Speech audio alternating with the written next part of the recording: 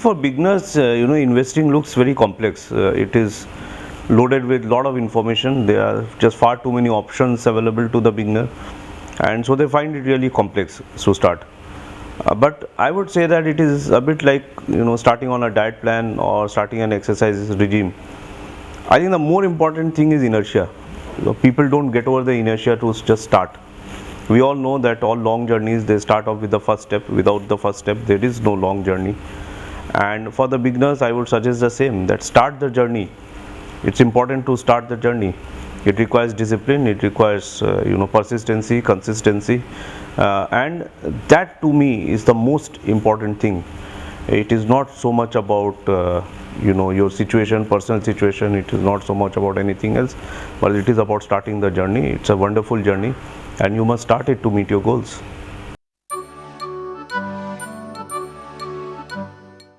See, most investors who come to meet me, or I meet them in social situations, it's a very common question that let me build up a corpus and then let me start investing. But it's not true. It all depends on your personal situation. If you're saving 500 rupees, you can start investing 500, 5,000, 50,000, 5 lakh. It doesn't matter.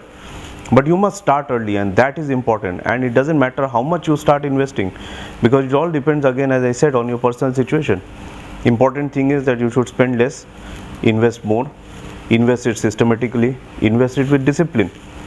Just to give you an illustration, if you are doing an investment of even 500 or 1000 rupees a month, and you do it over 10 years, and you get a return of 8-9%, it neatly adds up to a few lakhs. It's not a small sum.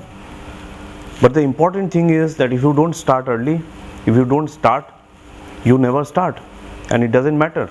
And as your personal situation grows and it improves, you will see that you will start saving more and more and more, and your corpus will grow more and more and more, and it will start meeting your goals more and more and more. And perhaps with a little bit of luck and little bit of your own discipline, you will surpass those goals.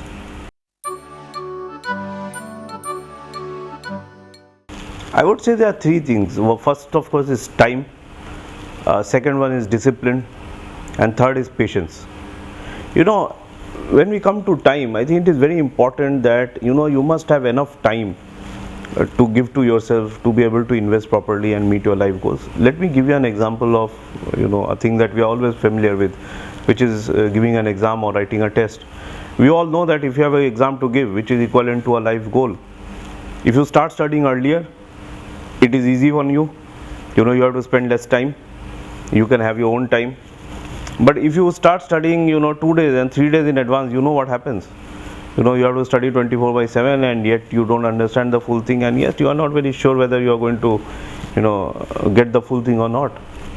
And I think so time is very important. The smartest investors I know of, they started all in 20s and not even 30s, early 30s, 20s, 30s.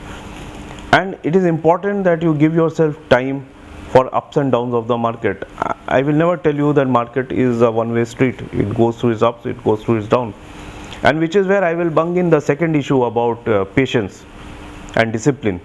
You have to be disciplined. You must take a particular amount and systematically and in a disciplined way be at it, and be patient through the up and down of the market. Once you do that, then you will see that it becomes easier on you. Just make sure that the money just doesn't come in your hand so that you cannot spend. The moment it flows, you take it out and you start to invest, and that's it. That's the easiest way of getting self-discipline. That's the easiest way of getting patience. Take inertia on your side and don't run against the inertia. And that is where discipline and patience, use it judiciously. Lastly, I would say that many of them, they look at other investors and say he's a millionaire and he's a crorepati and he's a lakpati. People don't go behind the wheels to say that how long they have worked and how much patience they have had and how much discipline they have had. They're only looking at the outcome, which is not correct. Which is the same thing when we say a student has got a good marks. Say, wow, a student has got a good marks. But what about the hard work? What about the discipline? What about the patience? So I think it's the same thing. What we do in real life is what we have to do in investing. It's no different. I think it's very, very similar, and that's what we have to do. Stick to these three disciplines, stick to these three qualities, and you will become a great investor.